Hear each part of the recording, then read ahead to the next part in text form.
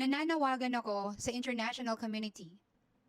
Kung naniniwala kayo sa mainstream media, bakit ayaw niyong maniwala sa mga Pilipino? Pagpag. Alam niyo ba kung ano ang pagpag? Nakakagulat at nahihiya ako kasi dito sa Taiwan News ko nalaman kung ano ang pagpag. Maraming mga foreigners na vloggers ang kumikita dahil sa pag-feature ng pagpag na yan. Kung ang mga kababayan ninyo ang kumakain ng pagpag, would you be proud?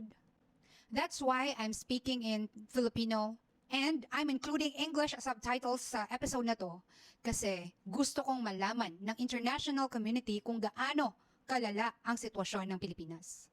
Just imagine, kukunin yung mga tira-tirang pagkain galing sa fast food, huhugasan, tapos titimplahan ulit, i-deep fry ulit, tapos ibibenta.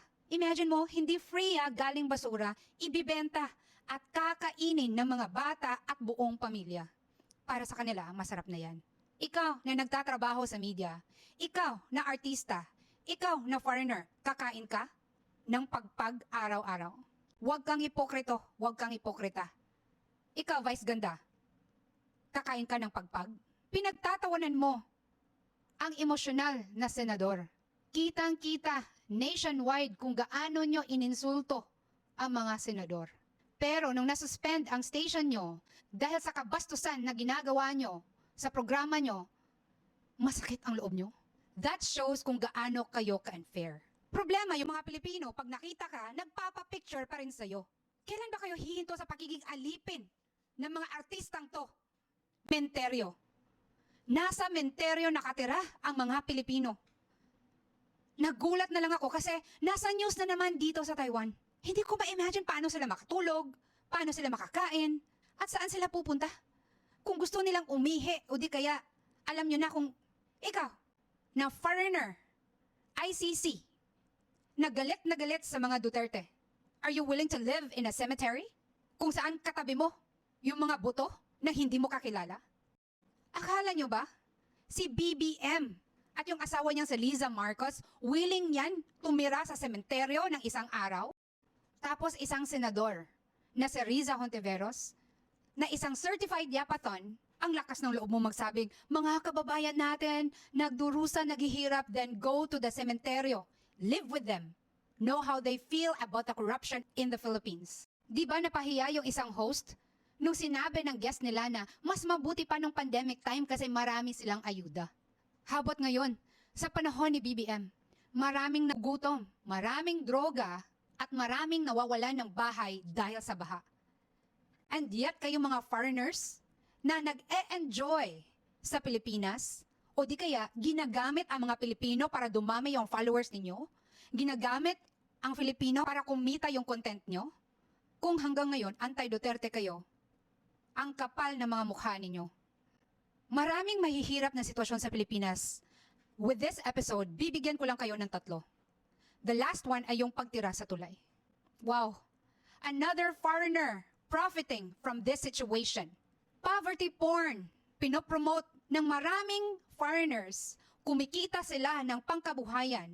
Meron bang nagsalita sa inyo kung gaano kasama yung ginagawa ng administrasyon ngayon para dalhin sa The Hague ang isang Pilipino?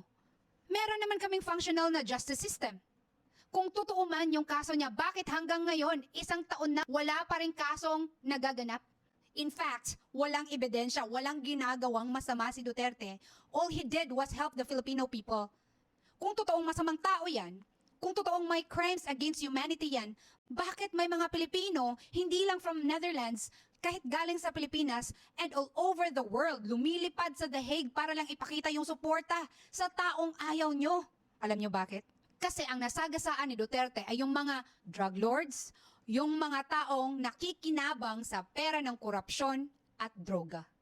Kung naniniwala kayo sa mainstream media, maniniwala din ako na yung mga ayaw sa Duterte, yun yung mga masasamang tao na gusto lang magkapera. Pilipinas, mula pa noon, hindi pa ako napunta sa ibang bansa. Hanggang ngayon, I have one stand. Gusto kong humiwalay sa Manila. Kasi alam ko, yung taga Cebu, marunong mamuhay ng payapa at maunlad. I'm sure Yung mga kababayan natin sa Mindanao, ganyan din yung nararamdaman. Sana, maging presidente na si Inday Sara. And by that time, let go of Luzon, let go of Visayas, and free Mindanao. Kasi kung titingnan nyo ang ating kasaysayan, napakayaman ng Mindanao, napakayaman ng Visayas. It's about time na magkanya-kanya na tayo. Ang pamilya nga mahirap magkaisa eh.